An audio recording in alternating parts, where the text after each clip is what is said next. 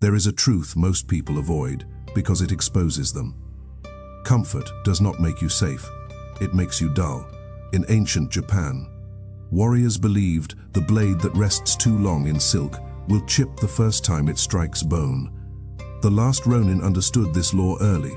A soft world does not break strong men, it erodes them quietly. He wakes up in a warm room, the kind designed to remove friction from life. The phone is already in his hand before his feet touch the floor. Notifications tell him what matters. Algorithms decide his mood. Every inconvenience has been engineered out. And yet beneath this ease, something feels wrong. His attention scatters, his patience shortens, his confidence thins. He is not weak in body, not broken in mind, just strangely blunt, like a blade that no longer bites. He promises himself change. Tomorrow he will start. Next week he will commit. But the world keeps offering comfort, and he keeps accepting it. Ancient philosophy would not call this a motivation problem. A Zen monk would say the mind has grown obese on ease. Bushido would say the spirit has not been tested, and therefore cannot be trusted. The Ronin's path begins when a man notices that comfort has stolen his edge, and realizes no one is coming to give it back. In feudal Japan, warriors trained not only for battle, but against softness itself. They called it Shugyō, austere practice, cold water before dawn, repetition without applause, hunger without complaint. These were not punishments, they were sharpening stones. The Last Ronin lived by a quieter version of this code, not constant suffering, but constant resistance. Small, deliberate hardships chosen daily to keep the spirit awake. Zen teaches that stagnation is death disguised as peace.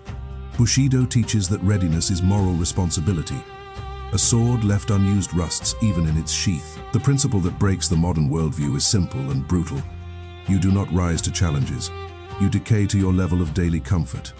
Strength, to the Japanese warrior, was not built in moments of intensity, but preserved through refusal to soften. The body resists immediately, the mind argues. Why make life harder? Why choose discomfort when ease is available? Biology whispers that comfort equals safety. Psychology reinforces it, rewarding short-term relief. This is the internal war. One part of you wants sharpness. Another wants sedation. The Ronin understood this conflict as a test of identity. In Zen, the ego seeks pleasure to avoid emptiness. In Bushido, avoidance is dishonor, not because it is immoral, but because it weakens the will. Each time you choose ease over effort, the nervous system learns a lesson. Retreat is acceptable. Each time you endure a small hardship, another lesson is written. I can stand firm. The war is not dramatic. It is quiet, repetitive, and decided long before any real challenge arrives. The Ronin did not seek misery. He sought sharpness.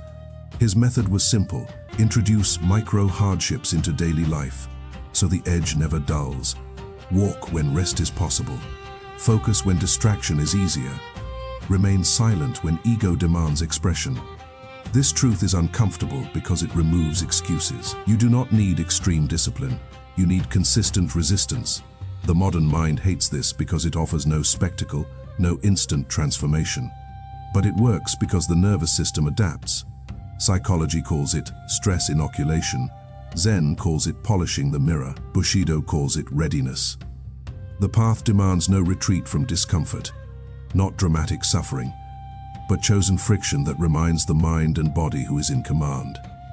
Water that never meets stone grows stagnant. Steel that never meets resistance bends. The Ronin practice without gaps, not perfection, but continuity. Miss a day of hardship, and softness begins to seep in. Neuroscience confirms this. The brain prunes unused circuits. Discipline is not maintained by intensity, but by absence of escape. Cold exposure, early rising, deliberate focus. These were not rituals for performance, but for identity. Each act whispered the same message: I am not ruled by comfort. Over time, the mind grows quiet. Anxiety fades. Confidence stabilizes, not because life is easy, but because the self is hardened. The blade remembers its purpose. Ancient warriors prepared before the storm. Armor was inspected before battle. Oaths were sworn before fear arrived. The Ronin predecided his response to softness. When tired, continue. When tempted, simplify. When overwhelmed, return to movement and breath. Modern life offers endless softness, travel disruptions, emotional stress, digital escape. Pre-solution means deciding now how you will act later. Zen monasteries used bells. Samurai used codes. Today you use rules. No negotiation in the moment.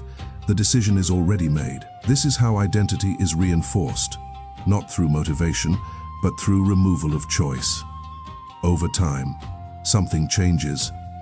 The world remains soft, but you do not. Comfort loses its grip. Difficulty no longer startles you. The inconsistent self, the one who needed perfect conditions, begins to fade. In its place stands someone quieter, sharper, unshaken. This is not aggression, it is presence. The Ronin becomes dangerous not because he seeks conflict, but because he has trained himself never to retreat inward. Strength becomes invisible, but undeniable. If this philosophy resonates with you, subscribe for more lessons from the Last Ronin and the Path of Japan, Bushido and Zen.